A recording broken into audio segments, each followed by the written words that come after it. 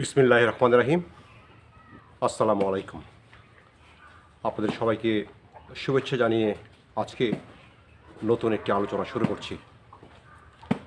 আজকে আমি আলোচনা করব যে বকনা সময় মতো হিটে না আসলে আমরা কি ব্যবস্থা নিতে পারি। খামারি ভাইয়েরা, আমরা সবাই জানি যে হলস্টেইন ফ্রিজিয়ান বকনা সাধারণত 16 থেকে 18 মাস, সর্বোচ্চ 20 মাসের মধ্যে স্বাভাবিক প্রক্রিয়ায় হিটে চলে আসার কথা। এবং যদি এই সময়ের মধ্যে বকনা হিটে না আসে, আমাদের কিছু ব্যবস্থা গ্রহণ করতে হবে।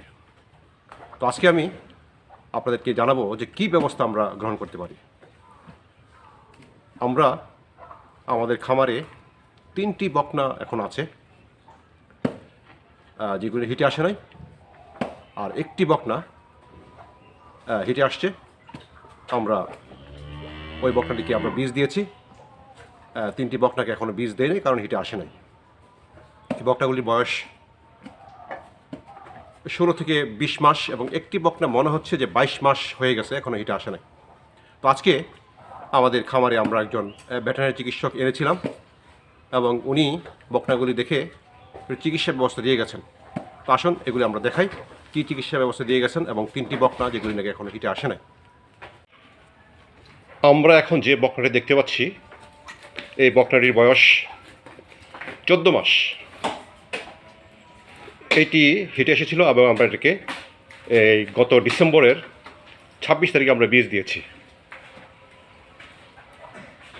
দেখা যাক হিট রাখে কিনা। এই যে পরের যে বকনাটি দেখা যাচ্ছে, এটির বয়স মোটামুটি বলা যায় যে 18 থেকে 19 মাস হয়ে গেছে। এই বকনাটি এখনও হিটে আসে নাই।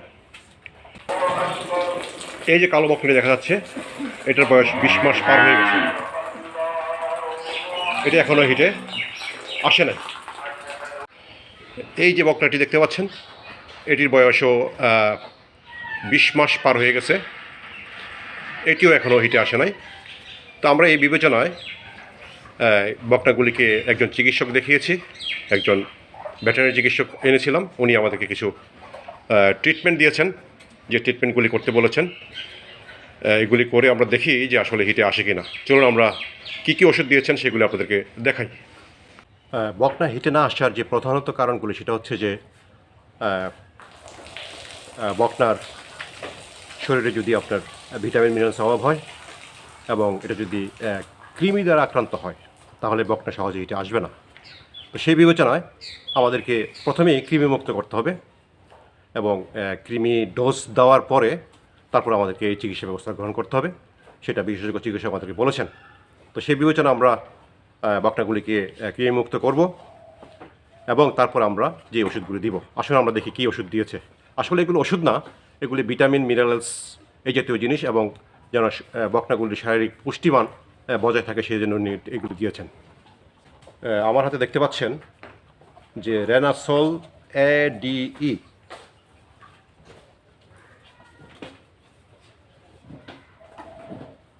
রেনাসল ADE, এটি এটা কোম্পানির ভিটামিন A, ভিটামিন D3 এবং ভিটামিন E।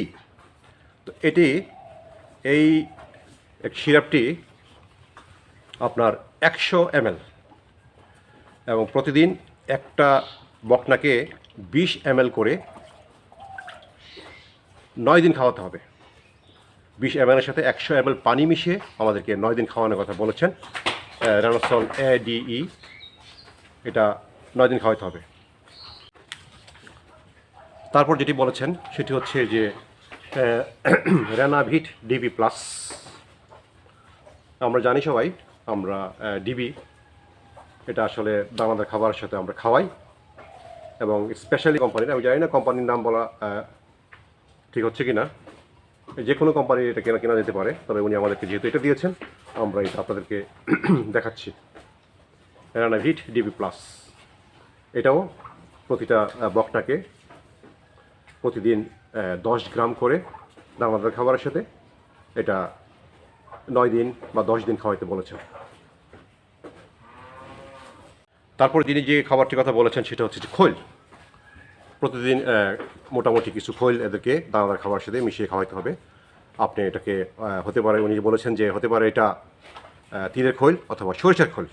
এটাও প্রতিদিন আপনাকে কম বেশ করে খাওয়াইতে হবে, কারণ এটাতে যেহেতু প্রোটিনের পরিমাণ বেশি থাকে এবং এটা আসলে শারীরিক গঠনের জন্য এটা কাজ করবে। এছাড়াও যিনি বলেছেন যে পর্যাপ্ত পরিমাণে ঘাস এবং বিশ্রামের ব্যবস্থা যদি করা যায় তাহলে আশা করা যায় যে এই বকনাগুলি মোটামুটি বলা যায় যে একটা নির্দিষ্ট সময় পরে হিটে আসবে। দেখা যাক, আমরা আশায় আছি যে ওনার চিকিৎসা অনুযায়ী কী হয় সেটা আপনাদেরকে আমরা পরবর্তীতে আরেকটি ভিডিওর মাধ্যমে ফিডব্যাক দিব। তো প্রিয় খামারি ভাইয়েরা এবং দর্শক মণ্ডলী, আপনারা যারা নাকি বকনা পালন করেন, আপনারা মাথায় রাখবেন যে বকনা যদি সময় মতো হিটে না আসে, সময় পার হয়ে যায়, তাহলে খামারের জন্য একটা বড় লস। এবং সেই বিবেচনায় আমাদেরকে সময় হিসাব করে 16-17 মাস যখন যাবে অথবা 20 মাস হয়ে গেছে বকনা হিটে আসবে না, তখন আপনাকে বিভিন্ন ব্যবস্থাগুলো নিতে হবে। তাহলে যদি বকনা হিটে আসে এবং গর্ভধারণ করে তাহলে খামার লাভবান হবে। তো আশা করি যে আপনার আজকে আলোচনা আপনার উপকার পাবেন। আজকে এই পর্যন্তই, সবাইকে ধন্যবাদ। আসসালামু আলাইকুম।